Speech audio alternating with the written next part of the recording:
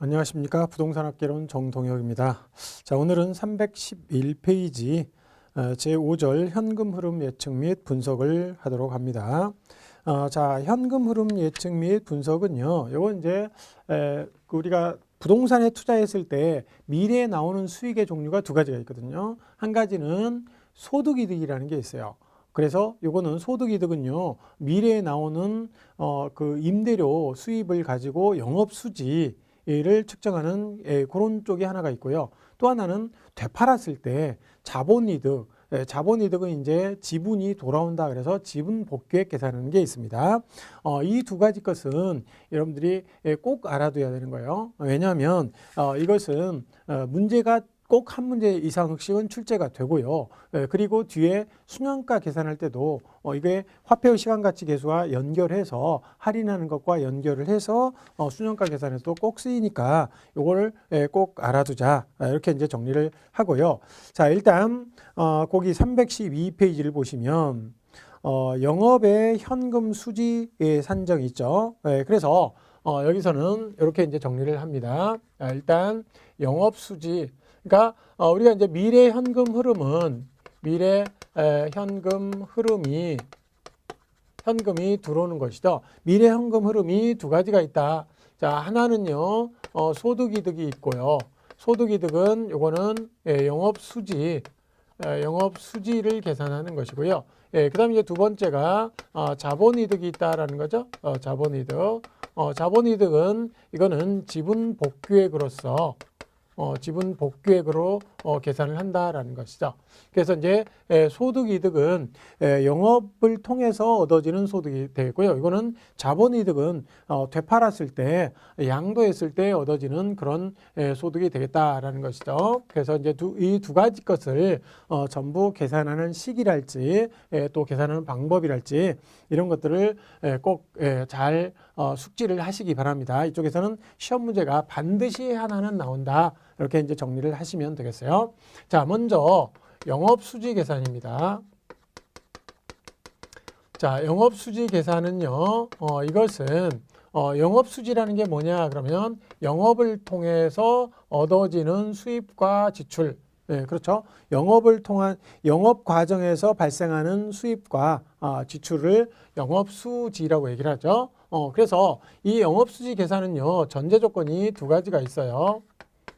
두 가지가 있는데, 자, 하나는 이게 이 영업수지라는 것은요, 1년 기간 동안 이렇게 측정하는 값이에요.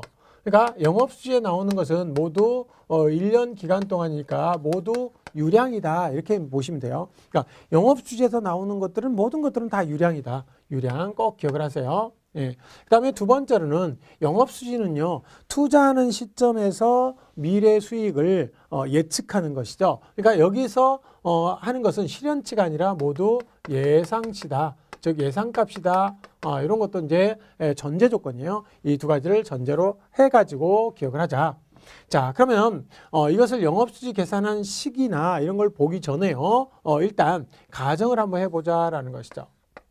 자, 예를 들어서 우리가 요런 건물을 사려고 하는데요. 내가 이 건물을 투자를 하려고 한다. 근데 이 건물이 3층으로 돼 있고요. 실이 9개가 있다. 이렇게 이제 가정을 해봅시다. 자, 그런데 이게 얼마에 나왔냐 그랬더니 전체가 5억에 나왔다. 시장에. 그러니까 시장에서 내가 5억을 주면 살 수 있다라는 얘기예요. 자, 그런데 내가 지금 수중에 있는 돈이 2억이다라는 것이죠. 그럼 이게 이제 자기 자본이 되겠고요. 그 다음에 이제 5억을 만들려면 어떻게 해야 됩니까? 3억을 어디선가 빌려야 되겠죠. 이것은 타인 자본이 되겠어요. 3억은. 이건 자기 자본, 이건 타인 자본.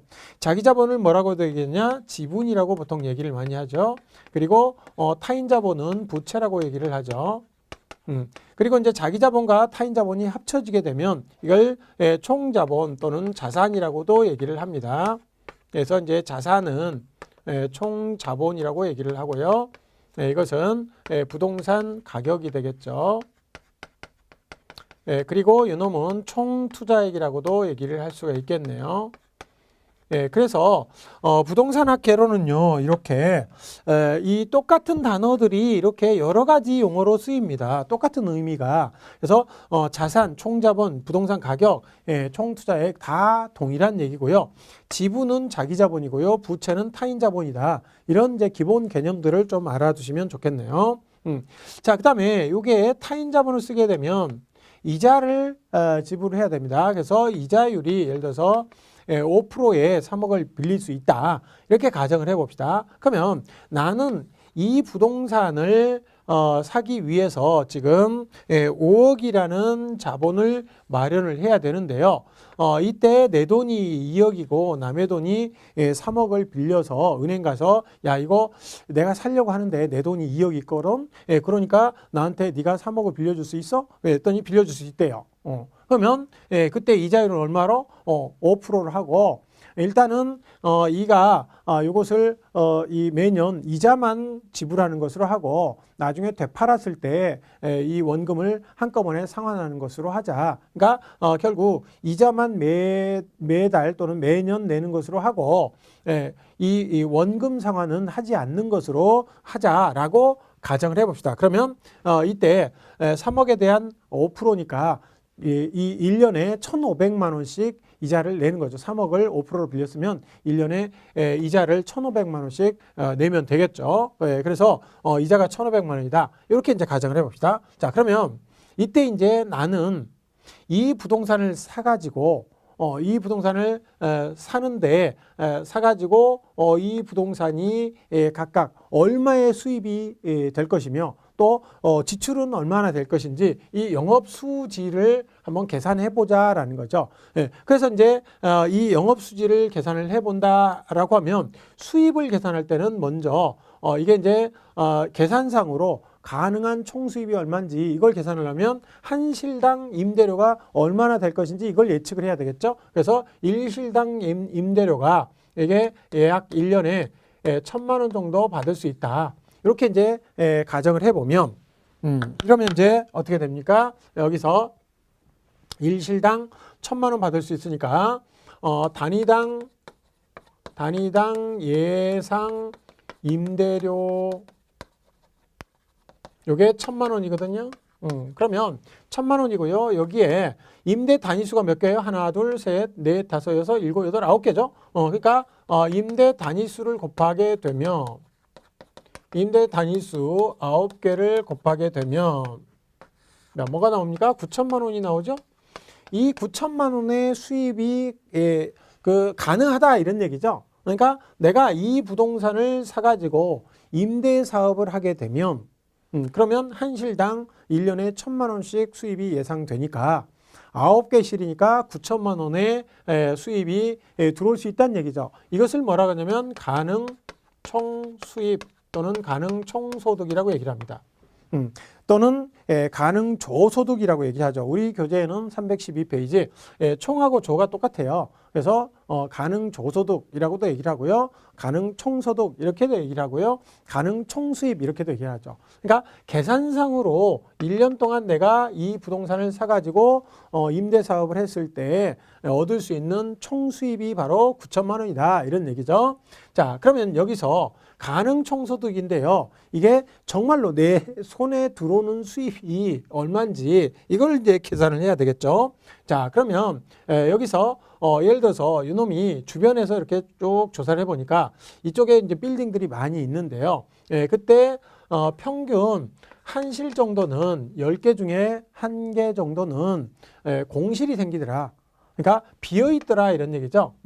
그러니까 비어있다는 얘기는 이게 한 실이 그냥 안 나가고 1년 내내 비어있는 것이 아니라 이사 들어오고 이사 나가고 할 때 딱 이게 딱 들어오자마자 나가는 경우는 거의 없어요. 그래서 이제 어떤 들어오고 나가고 할 때 이게 텀이 좀 있는 것이죠. 그래서 한두 달씩 이렇게 들어오고 나가고 할 때 비어. 그러면 10개, 뭐 9개나 10개면 그거 곱하기 10 하면 그게 이제 한 실이 1년 동안 비어 있는 거나 똑같은 거죠. 이런 것들을 우리는 공실이라고 얘기를 합니다. 그래서 실 하나는 공실이 있다. 이렇게 이 주변에서 그렇게 되면 그걸 일반적으로 해줘야 되는 거예요. 예, 계산을 해줘야 되겠죠. 그래서 이 주변 지역도 다 공실이 10%다. 그럼 10개 중에 1개는 비어있는 것으로 치는 것이죠. 자, 그 다음에 두 번째로는, 자, 요거는 임대가 나갔음에도 불구하고 사업을 잘못해가지고, 장사가 안 돼. 그러니까 임대를 못 내. 그래가지고 보증금도 다 깎아먹고도 안 나가는 경우가 있어요. 이런 것들을 뭐라고 그러냐면, 불량부채라고 얘기를 합니다. 그러니까 공실은 아예 세가 안 나가는 것이고요. 불량부채는 세는 나갔는데, 그 세가 안 들어오는 거죠. 그래서 불량부채라고 하는 거예요. 이게 각각 하나씩 있다. 이렇게 가정해 봅시다. 그럼 두 개를 빼는 거죠. 그러면 이제 2천만 원이 이 들어올 것이 안 들어오는 거죠. 들어올 것이라고 예상을 했는데 안 들어오는 거예요. 자, 그리고 빌딩을 사게 되면 보통 이제 이런 데다가 광고판이나 이런 걸 만들어 가지고 세를 주는 거죠. 광고 수입이 들어옵니다. 그러면 전광판이나 이런 것들 있어요. 그래서 이런 이제 부수입이 있는 것이죠. 또 여기다가 주차장을 만들어서 입주자들뿐만 아니라 방문객들한테 주차비를 받아. 이것도 이제 임대 사업 외 수익이 되겠죠. 그리고 이제 이런 데다가 자판기 같은 거 놓으면 코인 세탁기나 이런 거 놓게 되면 거기서 이제 수입이 부수적으로 생기는 거예요. 이런 것들을 뭐라고 하냐면 기타 소득 또는 기타 수입 또는 영업 외 수입 이렇게 얘기를 합니다. 그래서 이제 이런 것들은 주차비 수입, 광고판 수입, 자판기 수입 이런 것들이 여기에 해당되겠죠. 자, 이게 1년에 1,000만 원 정도 예상이 된다. 그러면 이렇게 이제 이걸 뺄 거 빼고 더할 거 더했더니 이게 8천만 원이 계산이 되네요. 그러면 이 8천만 원은 뭐냐? 내가 1년 동안 이 부동산을 임대 사업을 했을 때 영업 외 수익까지 전부 다 계산했을 때 총 수입이 가능한 총 수입에서 공실이나 불량부채 빼고 이렇게 해가지고 유효한 총 수입이죠. 내 손에 들어올 수 있는 수입. 그게 유효 총 소득 이렇게 얘기를 합니다. 그래서 유효 총소득이 바로 유효 조소득 뭐 이렇게 얘기하면 총이나 조나 똑같으니까요. 유효 총소득 실제로 내 손에 들어올 수 있는 총수입이 바로 8천만 원이다 이런 얘기죠. 자, 그러면요 여기서 이제 요건 이제 총수입이니까 순이익을 계산하려면 순이익은 총수입에서 총비용 빼는 거죠. 자, 순이익은 PR하면 순이익 나온다고요. 순이익은 총수입에서 총비용을 빼는 것이죠. 그래서 이 총수입이 바로 유효 총소득이니까 여기서 이제 총비용, 경비를 빼는 것이죠. 그럼 이제 순자를 붙일 수 있어요. 순이익이 되는 거죠. 자, 그러면 유효 총소득에서 이제 영업 경비를 한번 빼보자라는 거죠. 영업 경비. 그래서 이제 비용을 빼는 거죠. 비용이 4천만 원, 절반 정도, 50% 정도 계산을 하면 이게 빼게 되면요. 그러니까 여기 영업 경비에는 무슨 뭐 재산세랄지 또는 무슨 뭐 유지 관리비랄지 기타 보험료랄지 뭐 이런 것들 이제 다 여기에 이제 건물을 유지 관리 또는 임대 사업 하는데 필요한 경비들이죠. 그래서 그런 경비가 50% 정도 들어간다. 그러면 이제 4천만 원의 수익이 생기는데 이게 바로 순이익입니다. 순이익 또는 순소득. 순이익이나 순소득 이렇게 얘기를 하겠죠. 자, 순이익, 순소득이에요. 그러니까 총수입에서 총비용을 뺀 거죠. 그러니까 4천만 원의 순소득이 생겼다. 순이익이 생겼다. 근데 뭘 통해서 생겼냐? 영업을 통해서 생긴 거니까 순영업소득 이렇게 얘기를 하는 거죠. 그래서 이제 요 순영업소득이 바로 순이익이다. 이렇게 보시면 돼요. 순이익은 총수입의 총비용, 비용을 빼면 경비를 빼면 순이익이 되는 겁니다. 그래서 요거는요. 자기 자본, 타인 자본을 안 가리고요. 총 자본 5억짜리 부동산을 샀기 때문에 이 5억짜리 부동산이 산출해내는 순이익이 되겠죠. 그래서 요거는 총 투자액이 산출한 순이익이다. 이렇게 우리가 이제 이해할 수 있겠죠. 그래서 총 투자액인 5억이 들어가서 산출한 순이익이다라는 거죠. 그래서 4천만 원의 순이익이 예상된다라는 거죠. 자, 그런데요, 우리가 정작 투자자 입장에서는 요게 총 투자액이 산출한 순이익보다 뭐가 중요하냐면 내가 얼마를 투자해서 내 수익이 얼마인지, 즉 자기 자본 수익이 되게 민감합니다. 네. 그래서 자기 자본 수익을 알려면 타인 자본이 가져가는 몫을 빼야 되겠죠. 이 순이익에서 타인 자본이 가져가는 몫을 빼면 자기 자본 순이익이 계산이 되겠죠. 그래서 여기서 타인 자본이 가져가는 것을 뭐라고 하냐면 부채 서비스액이라고 얘기를 합니다. 원리금 상환액 또는 부채 서비스액이라고 한다 그랬죠. 부채 서비스액이 얼마예요? 예, 여기서 원금을 안 갚고 이자만 갚기로 했으니까 3, 5, 15, 1,500만 원이 매년 나가게 되겠네요. 예, 그래서 지금 5억이 들어가서 4천만 원 나왔으니까요. 8%의 그 총자본 수익률, 이 총자본 수익률이 8%가 됐어요. 근데 타인 자본이 얼마를 가져갑니까? 8%가 아니라 5%만 가져가죠? 그러면 여러분들이 한번 이게 짐작을 하시면 자, 원래 여기에 참여한 5억에 참여한 모든 금액들 3억이든 2억이든 모든 금액들이 원래 8%를 가져가야 돼요. 근데 타인 자본이 5%만 가져갔죠? 그러면 당연히 자기 자본 수익률이 높아지겠죠. 그래서 요걸 이제 빼게 되면 이건 이제 뭐라고 했냐면 세금 내기 전에 현금 흐름이라고 얘기를 합니다. 세전 현금 흐름이라고 얘기를 하고요. 이놈이 얼마냐 그랬더니 2,500만 원 이렇게 되겠네요. 그래서 2,500만 원의 세전 현금 흐름이 나오는데요. 요 세전 현금 흐름은 당연히 요 순영업 소득은 총투자액이 산출했지만 세전 현금 흐름은 타인 자본 가져가는 몫을 뺐으니까 이 자기 자본 즉 지분 투자액이 산출한 순이익이 되겠죠.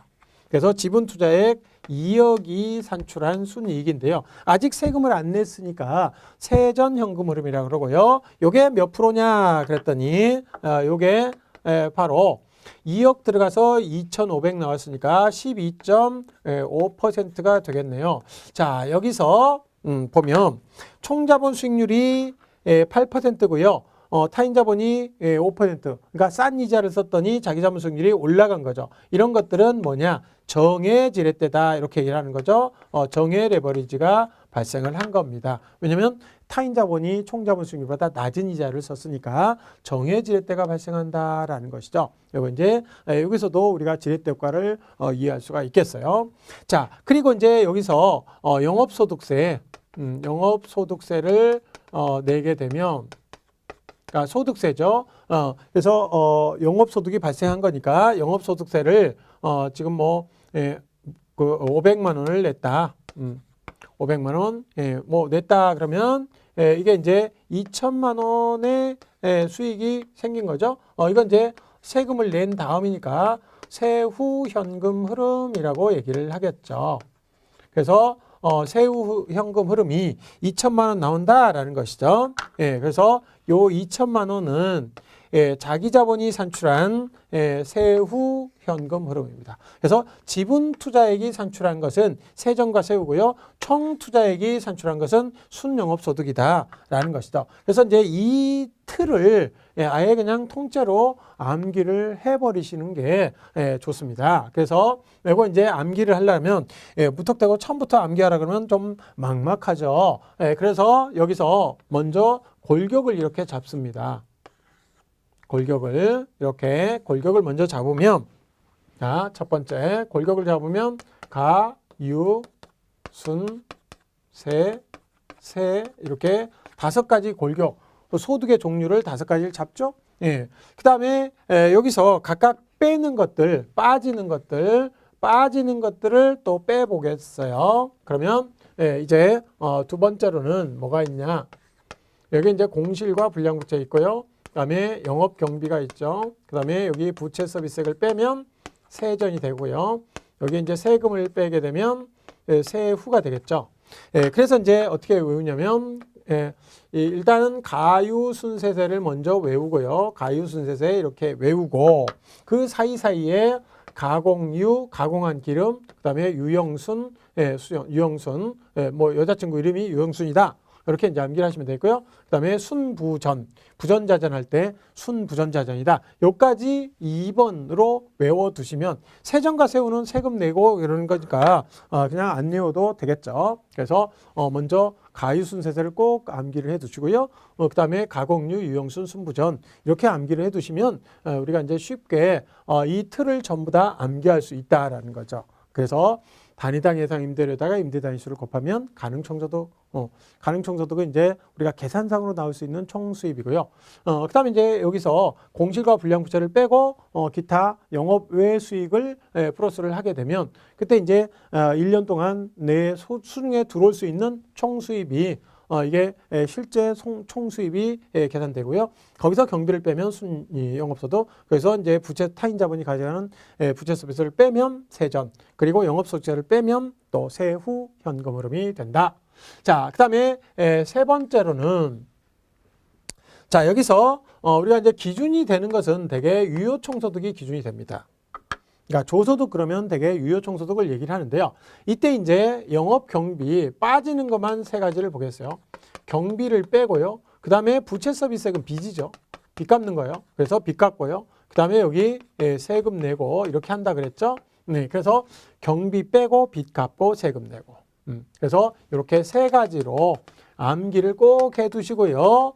이것도 반드시 암기를 해두세요. 이거 전체로 그냥 통째로 암기를 해두시는 게 좋다.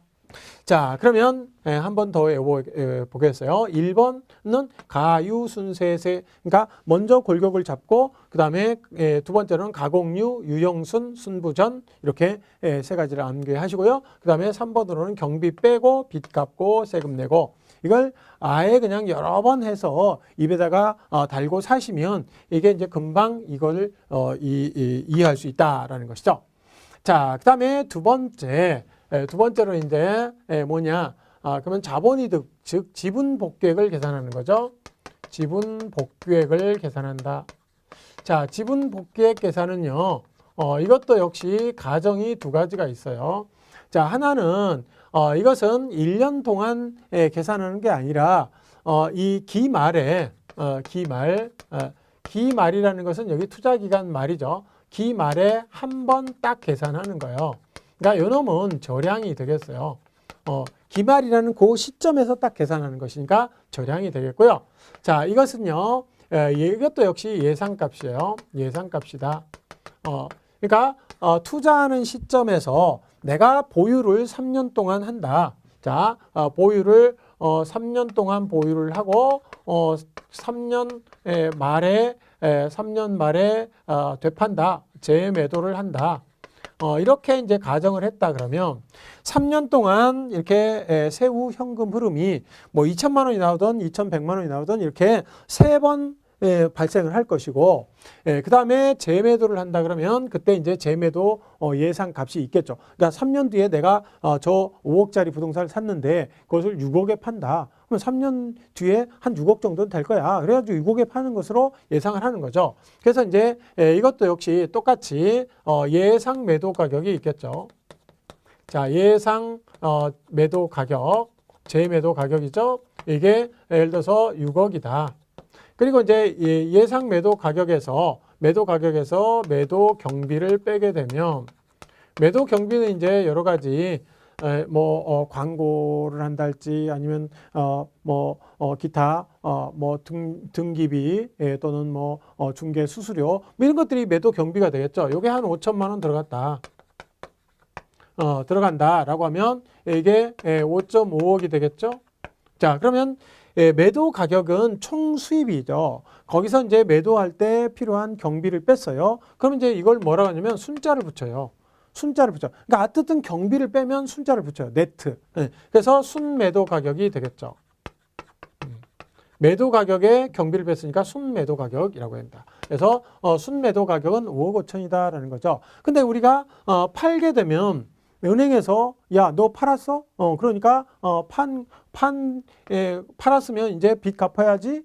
그래서 미상환 아직 안 갚은 저당 잔금을 갚아라라고 하겠죠. 얼마가 남았습니까? 3억 하나도 안 갚았죠. 그래서 이렇게 빼게 되면 이게 2.5억 이 나오는 거죠. 이게 이제 지분이 돌아온 거예요. 지분이 복귀했다 이렇게 얘기를 하는 거죠. 지분 복귀액이다 이렇게 얘기를 하고요. 지분이 복귀한 금액이 2.5억이죠. 근데 아직 세금 안 냈으니까 세전 지분 복귀액이라고 얘기를 합니다. 그러면 자 2억이 들어가서 2억 5천이 돼서 5천만 원의 양도 차익이 생긴 거죠. 그러면 이제 이 5천만 원에 대한 세금을 내야 되겠죠. 이게 자본이득세라고 얘기를 합니다. 자본이득세 또는 양도소득세라고 얘기를 하는데요. 어쨌든 자본이득세요. 자본이득세를 내게 되면 예를 들어서 3천만 원을 냈다. 그러면 0.3억을 냈다. 그럼 이제 2.2억이 되겠죠. 예, 그게 이제 바로 세후 지분 복귀액이 되는 거예요. 자, 이것도 이제 암기를 해야 되는데요. 암기를 할 때 이것도 따로따로 암기를 하는 건 좀 어려워요. 그래서 여기서 보니까 얘도 경비고요. 매도 경비. 경비를 빼고 미상환 저당 잔금이 빚이죠. 예. 그리고 자본이득세가 세금이에요. 그래서 경비 빼고 빚 갚고 세금 내고 하면 자연스럽게 암기가 되는 겁니다. 그러니까 여기서 영업수지 계산할 때 암기하던 식을 가지고 경비 빼고 빚 갚고 세금 내고 하면 지분 복귀액 계산도 자연스럽게 암기가 된다. 예, 그래서 괄호치기 문제가 나오기도 하고요. 여기서도 역시 가로치기 문제 또는 이렇게 숫자로 계산하는 문제 이런 것들이 시험에 자주 나오던 그런 거였습니다. 그래서 우리 교재로 잠깐 보면은요. 거기에 312페이지에 312페이지에 그 영업의 영업수지 산정해가지고 그 표가 쭈르륵 나와 있죠. 그래서 요것들 꼭 암기를 해 두시고요. 암기하는 식은 가유순세세, 가공유, 유형수, 순부전, 경비 빼고 빚 갚고 세금 내고 이렇게 이제 암기를 하시면 되겠고요. 자, 그 다음에 영업 경비라는 게 있습니다. 그 313페이지에 영업 경비 요 놈이죠. 자, 영업 경비에 포함되는 놈과 불포함되는 놈이 있습니다. 그래서 자, 영업 경비는요 시험에 자주 나오는 것 중에 하나예요. 그래서 영업 경비에 첫 번째 포함되는 놈이 있고 영업 경비에 불포함되는 놈이 있습니다. 포함되지 않는 놈이 있어요. 즉 경비처럼 내가 지불을 해야 되는데요. 자본의 증가가 아니고 경비처럼 써야 되는 놈이 있는데 근데 경비에 포함시키지 않는 놈들이 있어요. 이게 뭐냐면 여기 이제 영업 경비라는 것은 운영에 필요한 소요 경비를 얘기를 합니다. 그런데 그게 뭐냐? 그랬더니 그 유지비, 관리비, 인건비, 수수료, 재산세, 화재보험료, 광고비, 수도료, 전기료, 전화요금 이런 등등이 있는데요. 근데 포함되지 않는 놈들이 그 옆에 나와 있죠. 공실 및 불량부채, 부채 서비스액, 이자 지불액, 소득세, 감가상각비 뭐 이런 것들이죠. 그래서 여기서 포함되지 않는 놈들, 불포함되는 놈, 포함되는 놈들은요 여러 가지가 있으니까 그 중에서 재산세랄지 그다음에 화재보험료 이런 것들 두 가지 정도 좀 기억을 해 두시고요. 요거 두 가지. 나머지들은 그냥 유지관리비 뭐 이렇게 이제 계산을 하시면 되겠고요. 자, 불포함되는 것은 꼭 알아두셔야 돼요. 이 놈은. 그래서 불포함되는 놈이 5가지가 있어요. 그게 뭐냐면 공, 부, 소, 감, 자 이렇게 5가지다. 요게 이제 암기를 해주시면 되겠어요. 이거는 공실 및 불량부채 우리 교재에 공실 및 불량부채라고 나오죠. 그래서 그 다음에 부는 뭐겠어요? 부채 서비스액이죠. 그 다음에 요 놈은 소득세, 영업소득세죠. 이거는 감가상각비, 이거는 자본이득세. 자, 영업 경비에 불포함되는 놈은 일단 여기에 이제 보시면 영업 경비에 불포함된다 그러면 여기서 이미 공실 및 불량부채 상당액 이건 미리 빼버렸잖아요. 그러니까 요거는 미리 빠졌으니까 아니고요. 그 다음에 여기서 영업 경비를 뺐음에도 안 빠진 것이 부채 서비스액이잖아요. 또 뺐잖아요. 그러니까 부채 서비스액은 나중에 뺀 거예요. 그래서 부채 서비스액도 영업 경비에 안 포함되는 거고 영업 소득세도 당연히 안 포함되는 거죠. 그리고 이제 여기서 건물 자체가 감가가 됩니다. 매년 지나면 날죠. 그럼 감가상각비는 여기서 아예 계산 안 했죠. 그러니까 영업경비 속에 포함이 안 되는 거예요. 예, 그리고 되팔 때 나오는 자본이득세 같은 거 이런 것들도 당연히 매년 영업수지를 계산할 때 포함이 안 되겠죠. 그래서 공부소감자 이거 암기를 꼭 해두셔야 됩니다. 그래서 영업경비에 포함이 안 되는 놈 그러면 공부소감자 무조건 암기하셔야 되겠고요. 자, 그 다음에 이제 영업소득세라는 게 있습니다. 314페이지 영업소득세. 그래서 영업소득세 계산하는 이것도 이제 요즘에 최근에 영업소득세 계산하는 것도 자주 나오는 것 중에 하나예요. 그래서 영업소득세도요 반드시 정리를 해 두실 필요가 있어요. 자, 영업소득세는요 영업소득이 생기게 되면 여기에 일정한 부분 비율을 영업소득세를 내게 되겠죠. 그러니까 영업소득이 생겼다 그러면 그에 대한 세금을 매기는 게 영업소득세인데요. 이것은 순이익이 생기게 되면 순이익에서 그 일정 비율을 내겠죠. 그래서 이제 과세 대상 소득이 순이익인데요. 그 순이익은요.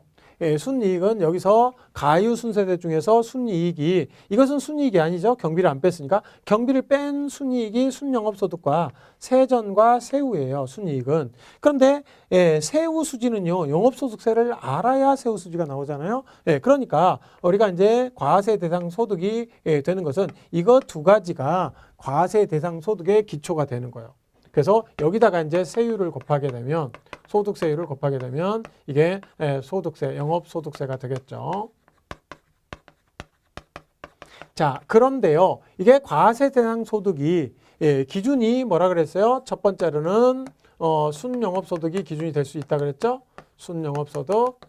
그 다음에 두 번째로는 세전수지가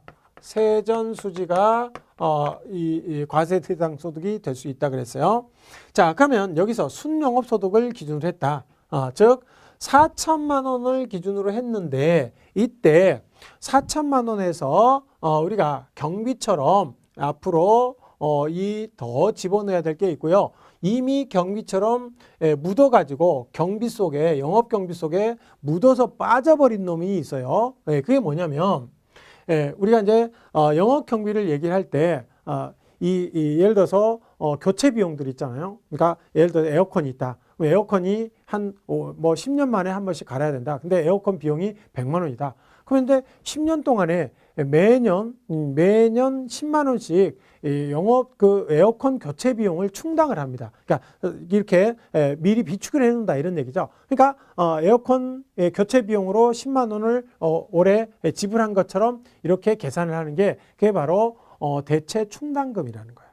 그러니까 앞으로 발생할 것을 대비해서 미리미리 충당해 놓는다. 그게 바로 대체 충당금이죠. 그래서 순영업소득에서 대체 충당금. 근데 그 대체 충당금은 사실은 경비가 아닌데 경비처럼 빼버린 거죠. 그래서 그것은 돈 번 거죠. 자본의 이득이니까요. 그래서 이거는 대체 충당금을 다시 경비처럼 뺐으니까 다시 플러스를 해야 되는 겁니다.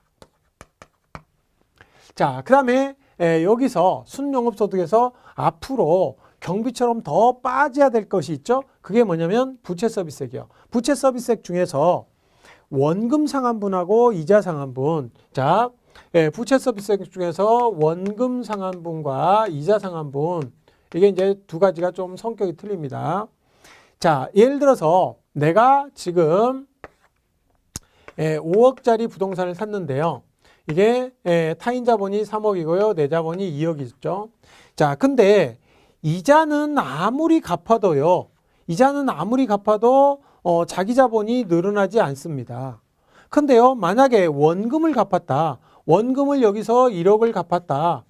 그러면 어떻게 되나요? 이게 부채 서비스액이 2억이 되죠. 그럼 결국 5억짜리 부동산이 있으면 1억을 갚아버리면 여기에 1억이 플러스가 된 거하고 똑같은 거죠. 그러니까 원금 상환분은요, 자기 자본이 커지는 거예요. 지분 형성분이라고 얘기를 하는 거죠. 그러니까 원금 상환분을 뭐라고 얘기를 하냐? 그러면 이것을 지분이 커졌다. 그래서 지분이 커진 것을 지분 형성분이라 그러고요. 요거는 자기 자본이 커진 거죠. 그러나 이자 지급액은 이자를 갚았다. 그것은 지분 형성분이 아니죠. 이건 지분 형성분이에요. 그래서 요놈은 경비라고 보지 않습니다. 돈 버는 것이다 이런 얘기요. 소득이 발생한 거다 이런 얘기죠. 경비가 아니고요. 그러나 이자는 경비죠. 이자는 아무리 내봐야 자기 자본이 커지는 게 아니기 때문에 그래서 여기서 이제 순영업소득에서 대체충당금 빼고요. 다시 이자 지급분을 뺍니다. 이자 지급분을 빼고요. 그리고 이제 마지막으로 건물 자체가 감가상각되는 거 이걸 이제 감가상각비를 빼야 되겠죠. 그래서 감가상각비까지 이렇게 빼게 되면 그러면 이제 과세 대상 소득이 나오는 거야. 첫 번째 이렇게 해서 나오는 게 하나가 있고요. 자, 두 번째로는 세전수지를 기준으로 할 수도 있어요. 그러면 세전수지라는 것은 이미 부채 서비스를 빼버린 거죠. 빼버린 거니까 세전수지를 기준으로 할 때는 여기도 역시 영업 경비 속에 안 빠져야 될 게 빠진 게 대체충당금이죠. 대체충당금이 되겠고요. 그 다음에 여기서 대체충당금 쓰기 전에 자, 여기서 부채 서비스를 미리 빼버렸죠. 그러니까 이자는 경비처럼 빠지는 게 당연한 것인데요. 근데 원금은 빠지면 안 되는 거죠. 원금은 비용이 아니라 과세 대상 소득이죠. 그래서 원금이 되겠고요. 원금 상환분, 원금 상환분이 다시 플러스를 해야 되고요. 그 다음에 여기에 이제 대체충당금 이렇게 쓰고요. 대체충당금 이렇게 쓰고, 그 다음에 이제 마지막으로 감가상각비 이거 해야 되겠죠. 그래서 요까지 이렇게 하는 것이죠. 그래서 과세 대상 소득은요. 1번처럼 계산하나 2번처럼 계산하나 언제나 같이 나옵니다. 금액이 과세 대상도 똑같이 동일하게 나오겠죠. 왜냐하면 이렇게 계산할 수도 있고 이렇게 계산할 수도 있으니까 그래서 똑같이 나오는데 이런 것들은 이제 문제풀이를 하면서 또 한번 보기로 하고요. 어쨌든 이것은 어떻게 외우느냐 이렇게 외웁니다. 자, 여기서 순대 이감 이렇게 외우는 거예요. 그러니까 순대를 이감한다라는 거죠. 순대 이감 감목을 옮기는 거죠. 순대 이감. 자, 이놈은 어떻게 되나요? 전원 대감이다. 이렇게 이제 암기를 하시면 되겠죠. 순대 이감, 전원 대감 이렇게 암기를 하시면 되는데요. 자, 여기서 대자, 큰 대자니까 대자까지는 플러스고요. 대자까지는 플러스고 나머지 대자를 넘어가면 마이너스입니다. 그러니까 순대 플러스, 이감은 마이너스, 전원 대까지 플러스, 감은 마이너스. 그래서 이렇게 해서 과세장소를 삼아서 여기서 세율을 곱해주면 그게 이제 금액이 나오게 되겠다. 이런 것들은 이제 여러분들이 계산을 한번 해보셔도 되고요. 나중에 이제 기출문제나 또는 기타 문제풀이에 가서 또 한번 해보도록 합니다. 자, 이번 시간에는 미래 현금 흐름에 대해서 영업수지와 지분보호계획 그리고 영업수지에서 나오는 이런 이 예상 현금 흐름 이런 것들과 그다음에 영업 경비 그다음에 소득세 계산까지 봤습니다. 자, 다음 시간에는 투자의 타당성 분석을 보도록 합니다. 자, 오늘 수고 많이 하셨습니다. 감사합니다.